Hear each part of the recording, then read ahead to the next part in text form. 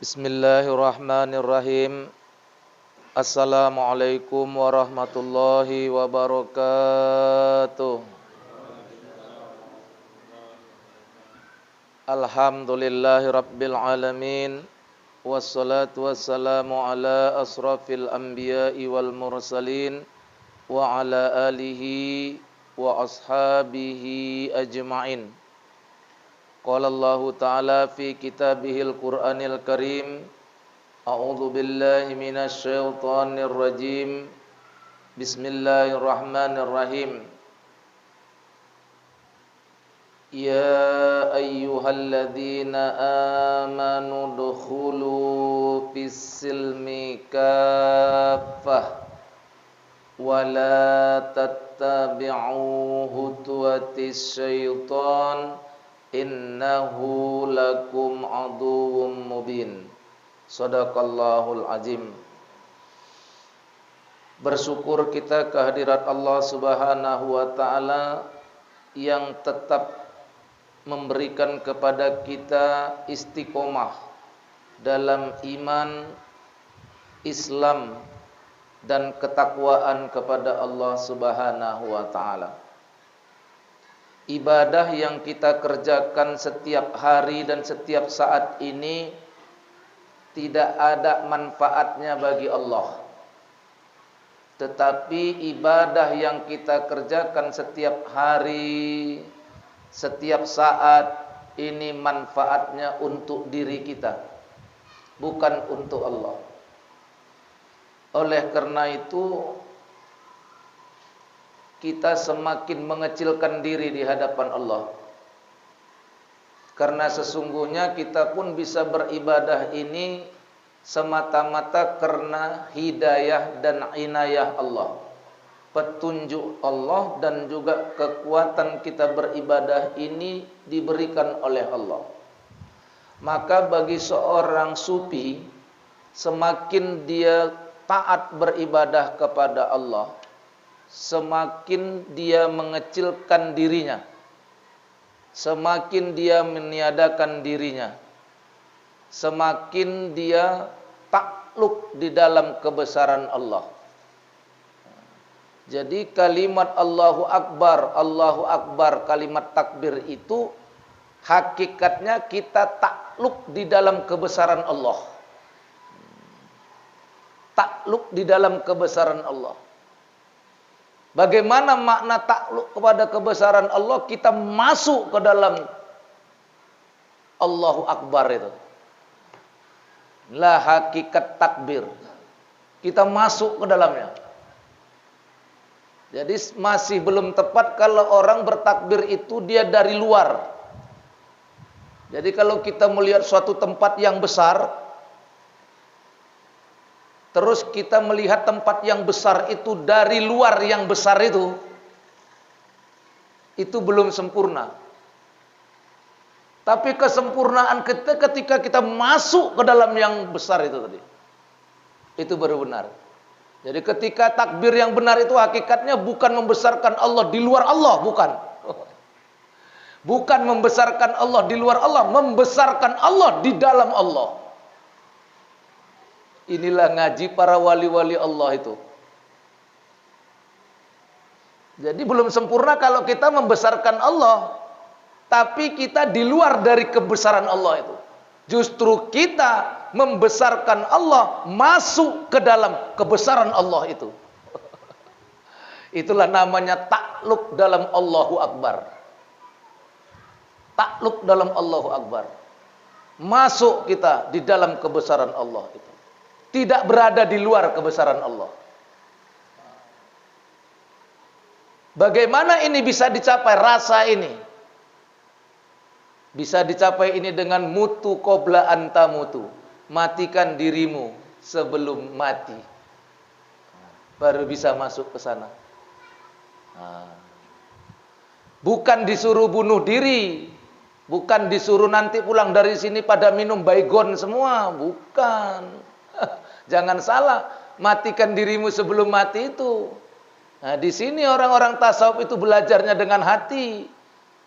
Karena bahasa tasawuf itu banyak bahasa-bahasa kias. Makanya orang yang belajar tasawuf ini harus cerdas. Cerdas. Nah, orang tasawuf itu belajar agama ini cerdas. Makanya yang ngajar harus cerdas, yang belajar pun harus cerdas. Kalau dia menangkap, makanya kalimat-kalimat tasawuf itu ada bahasa-bahasa. Selalu saya bilang Quran itu Pak, ada yang tertulis, tersurat namanya. Tertulis itu tersurat, tersurat itu tertulis, nampak dia. Quran itu bisa dibaca karena ada tulisannya.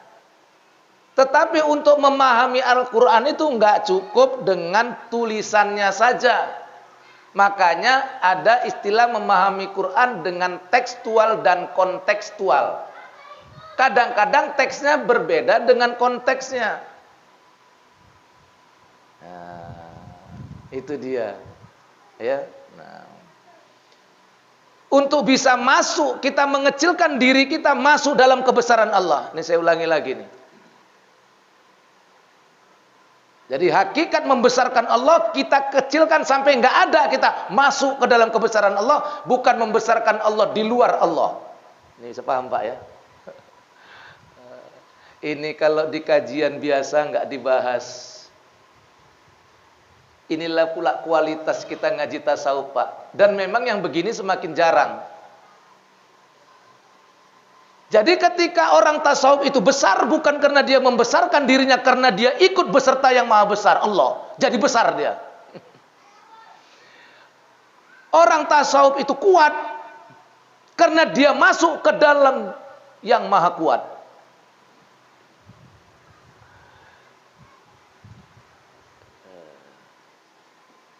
Dia hebat karena dia masuk ke dalam yang maha hebat. Jadi yang membesarkan dia bukan dirinya, yang menghebatkan dia bukan dirinya. Jadi bukan orang tasawuf tidak boleh hebat, boleh, yang nggak boleh menghebatkan diri. Kalau Allah menghebatkannya pantas karena dia masuk ke dalam yang maha hebat. Orang tasawuf bukan tak boleh membesarkan dirinya, dia tak boleh membesarkan dirinya, tapi dia menerima kebesaran yang diberikan Allah ke dalam dirinya. Nah, ini kan beda Pak gajinya.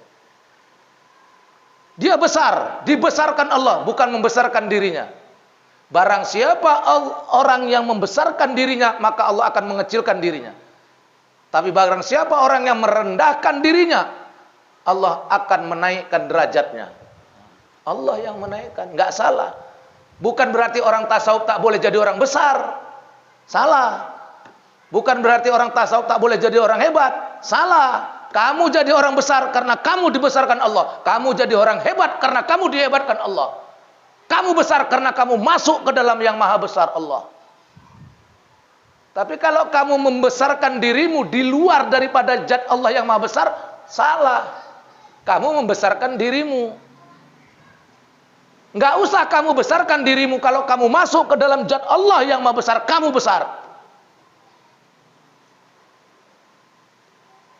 Kamu akan masuk ke dalam lautan ilmu Allah kalau kamu masuk ke dalam ilmunya Allah.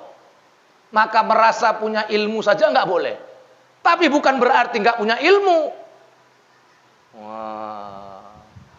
Merasa awak punya itu yang nggak boleh dalam tasawuf. Itu Pak. Bukan nggak boleh kaya, Allah maha kaya, kamu masuk ke dalam Allah yang maha kaya tadi. Maka kamu akan kaya. Kamu bukan kaya karena usahamu. Kamu bukan kaya karena kerja kerasmu. Kamu kaya karena dikayakan oleh yang maha kaya. Bukan nggak boleh kaya. Disinilah tasawuf itu hati, batin yang bicara Pak. Batin yang bicara. Salah.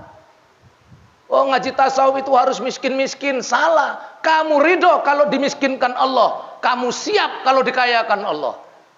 Kamu ridho kalau dikecilkan Allah. Kamu siap kalau dibesarkan Allah. Kamu ridho kalau dibodohkan Allah. Kamu siap kalau dipintarkan Allah.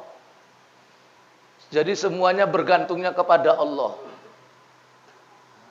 Makanya sekali lagi saya bilang orang tasawuf itu Salah, kesalahan dan dosanya bukan pada bentuk johirnya, bukan, hatinya.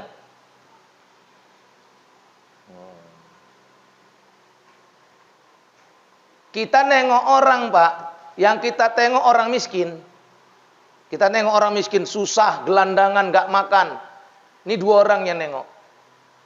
Kalau dia nengoknya itu dengan iman, dia gak mandang rendah. Syukur Allah memberikan iktibar sama saya melihat orang seperti ini. Jadi dia lihat semuanya dengan pandangan iktibar saja. Dia hanya sebagai penonton daripada perbuatan Allah Subhanahu wa taala. Nah, matikan dirimu.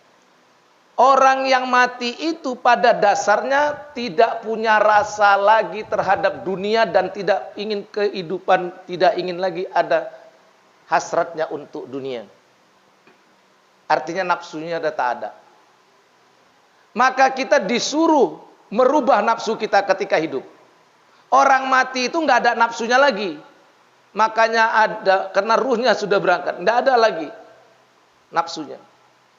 Maka kita yang hidup disuruh mematikan diri kita sebelum mati itu maksudnya nafsu kita tadi ditingkatkan.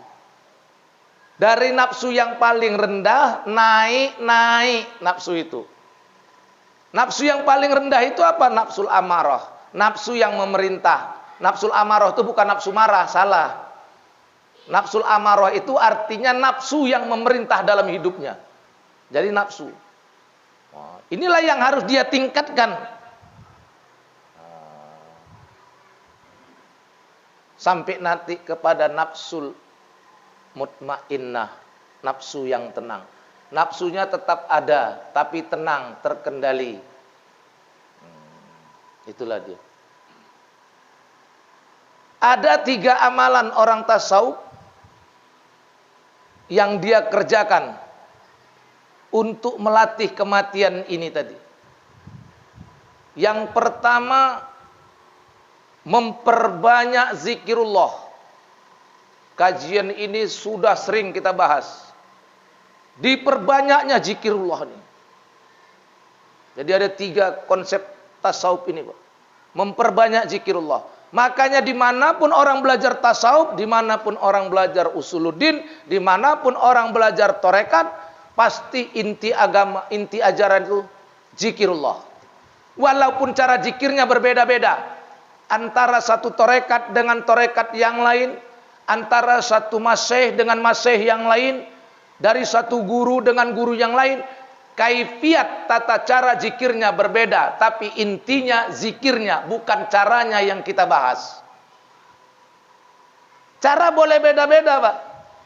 Bapak nanti masuk, misalnya masuk tarekat Naqsabandiyah, zikirnya ditekankan zikir sir, khafi, ada 7 lataif di Naqsabandiyah. Zikirnya dalam hati. Allah, Allah, Allah. Nanti Bapak masuk tarekat Saman misalnya.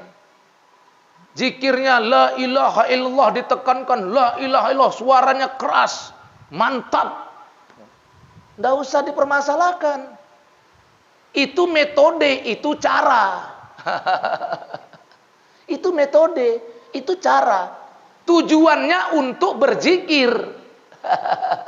Tujuannya untuk berzikir. Nah, kita ribut di caranya. Cara nggak usah bertengkar kita. Allah itu Rahman Rahim, pengasih penyayang, Pak. Sampai surga itu aja pintunya banyak, nggak satu. Surganya satu, pintunya banyak. Artinya, kalau mau masuk surga, silakan lewat pintu mana yang kamu pilih. Kamu tinggal milih pintunya. Nanti di dalam ketemu juga.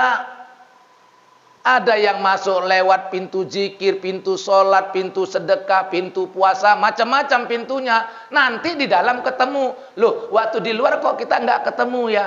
Lah iya, kamu masuk dari pintu sholat, saya masuk dari pintu zakat. Di dalam ketemu. Gitu, makanya orang tasawuf tuh nggak mau ribut kalau soal amalan. Nggak kayak orang-orang sekarang. ngelmunya sedikit, tengkarnya selangit. Nah kalau orang tasawuf enggak, ngelmunya dibarengi dengan ibadah. Itu aja kuncinya. Belajar zikir. Zikir. Nah makanya kita kan setiap ngaji malam Selasa ini belajar ilmunya, nanti habis itu dipraktekkan langsung amalan zikirnya. Jadi enggak sekedar cuman, oh zikir bagus, zikir itu hebat, tapi enggak dilakoni. Nek wong Inggris ngomong padha wae. Nah, nggak ada Pak orang sekarang biarpun yang nggak pernah zikir tanya sama dia, zikir tuh hebat nggak hebat, bagus nggak bagus. Nah, tapi nggak ngelakoni, nggak membuat. Nah kita nggak begitu. Belajar tentang zikir tuh amalkan langsung di majelisnya. Pulang dari sini di rumah diamalkan. Nggak ada Pak. Makanya saya bilang selalu di mana-mana adab lebih tinggi daripada ilmu. Tahu ilmunya nggak diamalkan dalam bentuk adab itu namanya nggak beradab Pak. Ilmunya tahu, tapi nggak diamalkan, nggak beradab. Tapi mau beramal pun kalau nggak punya ilmu, ya susah juga.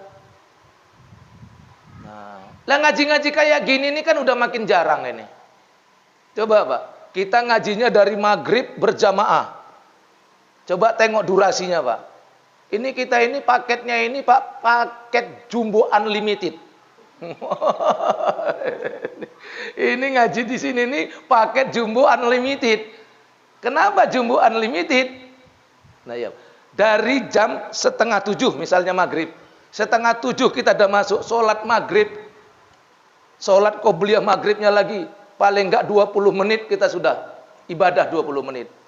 Selesai itu tausiah lagi duduk di sini. Sampai waktu isya. Kira-kira kalau dari maghrib itu 6:30 sampai jam 8 itu 1 jam setengah kita duduk. Habis sholat isya itu sampai isya itu kira-kira 15 menit sampai 20 menit. Zikir lagi kita. Maka rata-rata durasi kita kalau saya lihat dari 6:30 sampai 9:30, 3 jam durasi kita Pak. Maka saya bilang unlimited. Lah jarang pengajian yang bikin gini Pak. Tapi alhamdulillah udah ada yang mencontoh Masjid Ubudiyah di Perumdam. Sudah mulai mencontoh. Alhamdulillah. Membikin durasi begini. Saya nggak salahkan kalau di luar ya. Saya kalau diundang di luar-luar itu kan Pak paling maghrib sampai isya selesai. Itu pun udah bagus. Nggak salah, udah bagus Pak. Dengan waktu yang sekian menit bisa jumpa. Nah, kita setiap malam Selasa 3 jam Pak. Hah? Kalau ditambah lagi hitung waktu makannya kita anggap juga makan ibadah, bukan nggak 3 jam setengah 4 jam Pak rata-rata. Luar biasa Pak. Itu nilai ibadah. Makan kita habis nanti zikir, makan kita di musola, makan itu ibadah Pak. Itulah hebatnya orang zikir Pak. Makannya pun ibadah. Maaf orang zikir tuh kencingnya pun ibadah. Itu hebatnya orang zikir tuh Pak. Kenapa? Dia kencing pakai sunnah Nabi, kencingnya jongkok. Masuk WC pun ibadah ahli zikir itu. Dia ikut sunnah Rasul. Masuk ke WC nongkrong tutup kepala. Karena kata Rasul setan masuk ke dalam diri manusia dari dua pintu. Mulut ketika menguap, ubun-ubun ketika di dalam WC. Maka ketika kamu menguap kata Rasul, tutup mulutmu, ucapkan a'udzubillahi minasyaitonir rajim. Lah kita enggak, habis makan jengkol, mulutnya diumbar, au katanya. Tetangga di sebelahnya akan jadi repot. Bangga dia makan jengkol Jambi. Jengkol Sibolga. Coba. Nah, ini Pak ketenangan ibadah ini. Aduh ya Allah. Ndadak bilang lah ndadak duanya ini Pak. Ndadak duanya. Sampai-sampai kata Nabi apa? Ada 2 kenikmatan yang didapat. Bukan cuma 2. Di antara dari kenikmatan-kenikmatan yang didapat oleh orang yang berpuasa itu. Ada 2. Ada 2 kenikmatan di antara sekian banyak kenikmatan yang didapat oleh orang yang berpuasa. Nabi nggak bilang puasa wajib atau puasa sunat, berarti semuanya. mau puasa wajib, mau puasa sunat, itu ada dua keistimewaan, ada dua kenikmatan yang dia dapat. Yang pertama apa? Yang pertama, nikmatnya ketika mau berbuka, Pak. Itu nikmat luar biasa itu. Yang kedua nanti kenikmatan ketika dia bertemu dengan Allah. Kenapa kata Nabi? Dalam hadis kudusi, kullu amali ibni adama lahu illa saum, fasaumu li wa ana alladzi ajzi bih. Tiap-tiap amalan anak Adam untuk dia, kata Allah, kecuali puasa. Puasa untukku, kata Allah.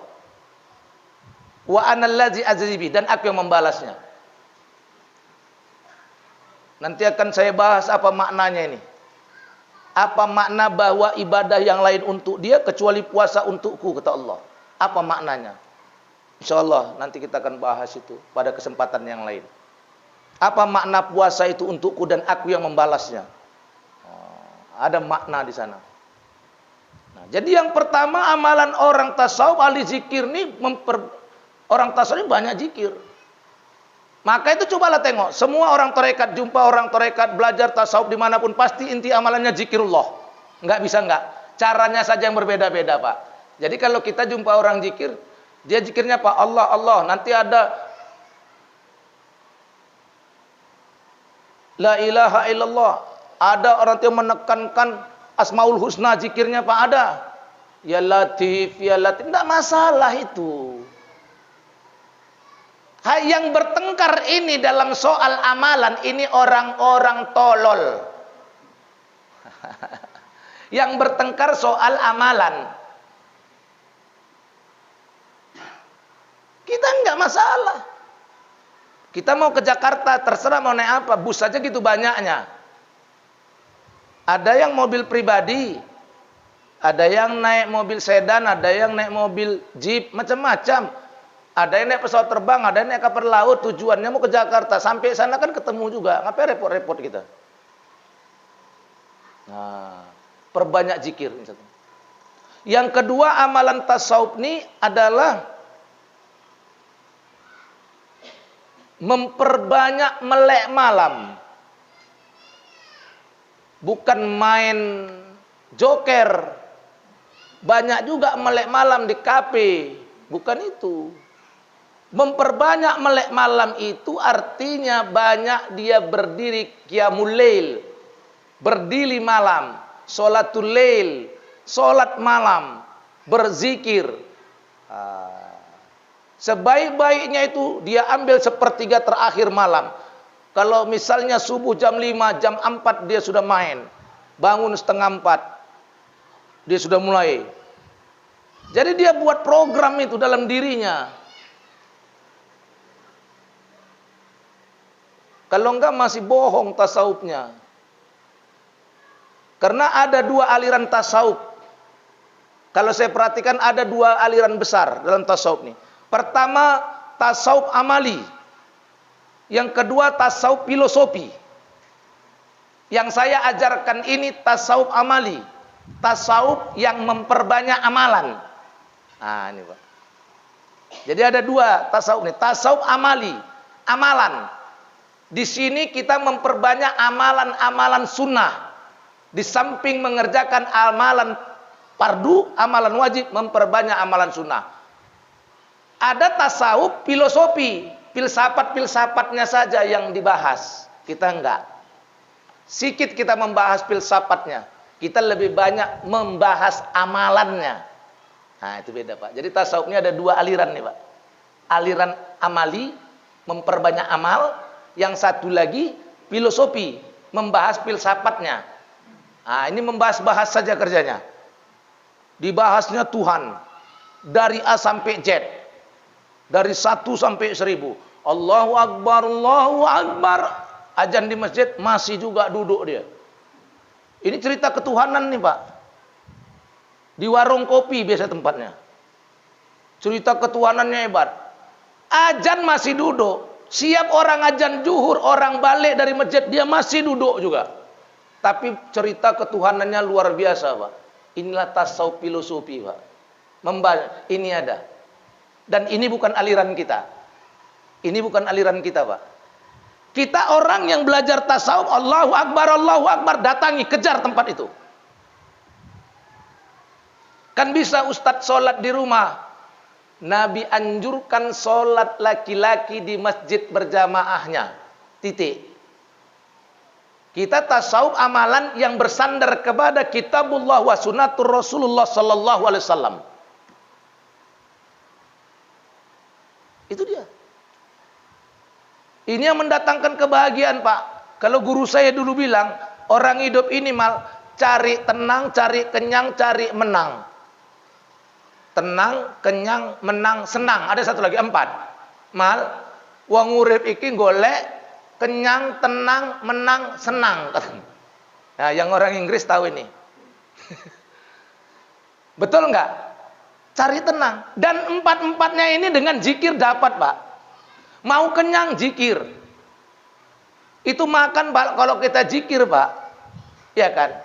Makan itu kenyang. Lah ada orang makannya nggak zikir, Pak, nggak kenyang-kenyang. Itu tengok dalang itu. Kalau makan 4 baskom, Pak. Karena Gatot Kacanya ikut makan. Misal ya, nggak juga begitu. Tapi kan ada orang nggak kenyang-kenyang, Pak. Orang zikir itu makan secukupnya kenyang. Tenang. Ala bi zikrillahi tatmainnul qulub. Ketahuilah dengan zikir hatimu tenang. Tenang, Pak. Kalau soal masalah nggak usah cerita kita.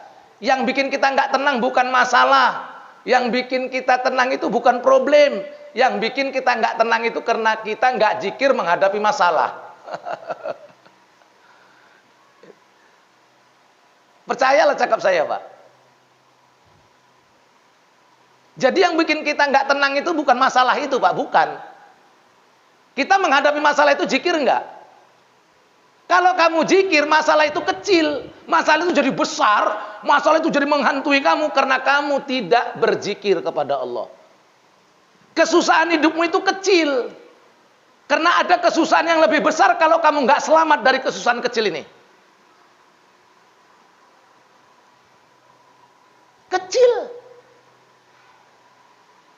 Lah kita sesusah-susahnya kita nggak ada. Kita yang nggak pernah makan 1 hari 1 malam, Pak. Nggak ada. Semiskin-miskinnya orang Indonesia ini, nggak ada. Kalau saya tengok sekarang, saya nggak jumpa lah. Saya bilang nggak bilang nggak ada lah. Saya nggak jumpa semiskin-miskinnya orang yang 1 hari 1 malam dia nggak makan tuh nggak ada. Saya nggak ada jumpa. Berarti kan kecil ini. Dibandingkan nanti kemiskinan kamu, penderitaan kamu, kalau kamu nggak jaga, ketika kamu hidup setelah mati tadi, itulah kehidupan alam barzah itu. Nggak ada apa-apa ini.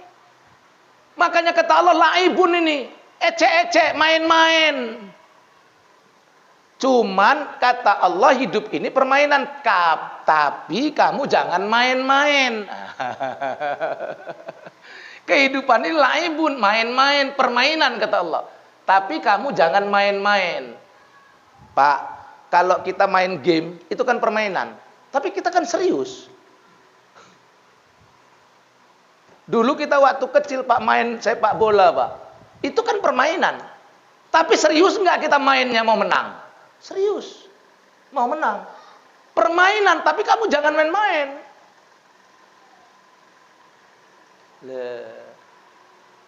Ngaji, Pak, kita kayak gini, ya Allah.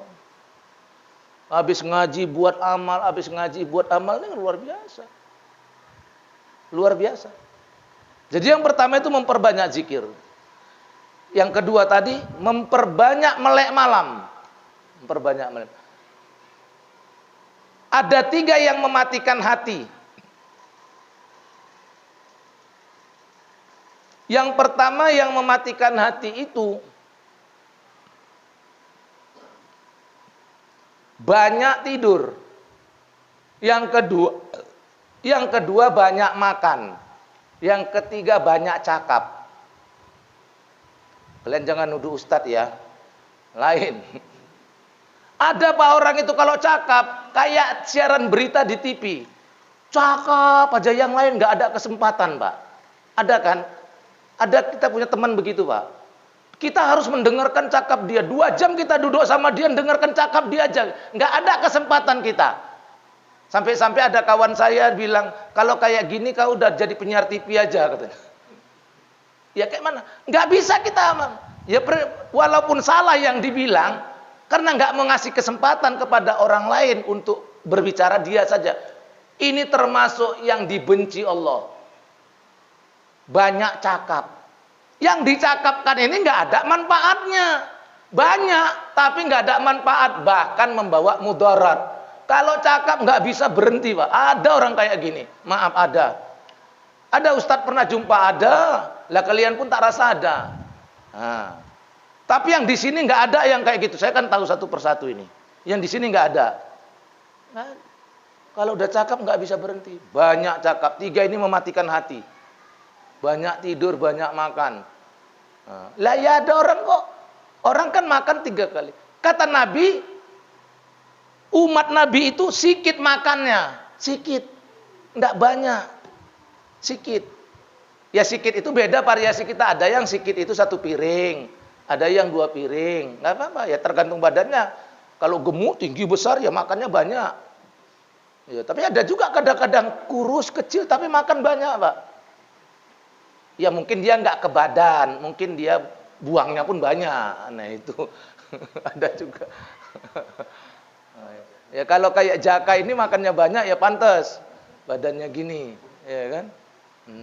Banyak makan.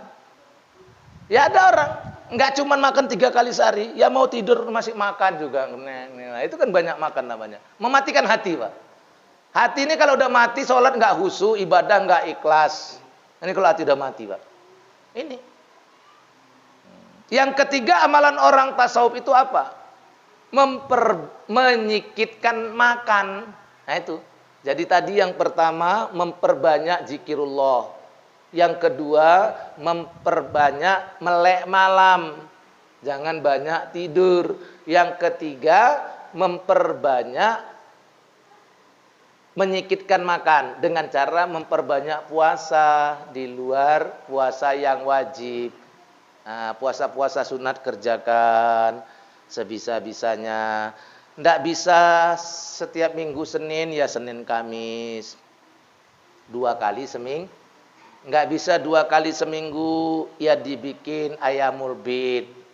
13, 14, 15 tiap bulan. Boleh. Nah, itu. Datangnya kita mengaji begini ini kan udah jarang orang. Durasi kita lama, durasi kita 3 jam. 3 jam setengah durasi kita, ini luar biasa. Ya, mendekatkan diri kepada Allah. Nah, jadi kesimpulan kita pada hari ini, yang pertama, Allahu Akbar, Allah yang Maha Besar itu jangan kamu memandang dari luarnya Allah. Kamu harus masuk ke dalam Allahu Akbar itu. Besarkan Allahu Akbar dengan masuk ke dalam Allahu Akbar, bukan membesarkan Allahu Akbar dari luar Allah. Insya Allah ini dapat. Bagaimana ini nanti didapat? Dengan begitu bukan kamu berarti tidak boleh kaya karena Allah Maha Kaya. Tapi jangan merasa kaya, biarlah kamu dikayakan Allah, biarlah kamu dibesarkan Allah, jangan kamu membesarkan dirimu. Kamu boleh jadi orang besar, kesimpulannya, kamu boleh jadi orang kaya, kamu boleh jadi orang yang tinggi, punya makom yang mulia, karena kamu masuk ke dalam Allahu Akbar. Bukan berada di luar Allahu Akbar. Itu bedanya. Kalau orang-orang awam, Allahu Akbarnya dari luar. Maka kita orang tasawuf, Allahu Akbarnya dari dalam Allahu Akbar. Beda. Cobalah kalian rasakan. Memang kalau kita tengok dari kata-kata agak sulit kita memaknainya, tapi nanti dengan amalan. Makanya saya bilang, kajian tasawuf ini akan nampak nanti hasilnya, rasanya akan nampak dari amalan yang kita buat. Amalan-amalan sunnah yang kita tingkatkan itu akan mendatangkan rasa yang begitu cepat. Masuk ke dalam Allahu Akbar, maka kamu akan menjadi orang yang dibesarkan Allah, kamu akan menjadi orang yang ditinggikan Allah, kamu akan menjadi orang yang dimuliakan Allah. Jangan pandang Allahu Akbar dari luar Allahu Akbar. Pandanglah Allahu Akbar dari dalam Allahu Akbar itu. Ngaji tasawuf itu begitu deh Pak ya. Mudah-mudahan ada berkah dan manfaat kepada kita. Lebih dan kurang mohon maaf. Billahi taufiq wal hidayah. Wassalamualaikum warahmatullahi wabarakatuh.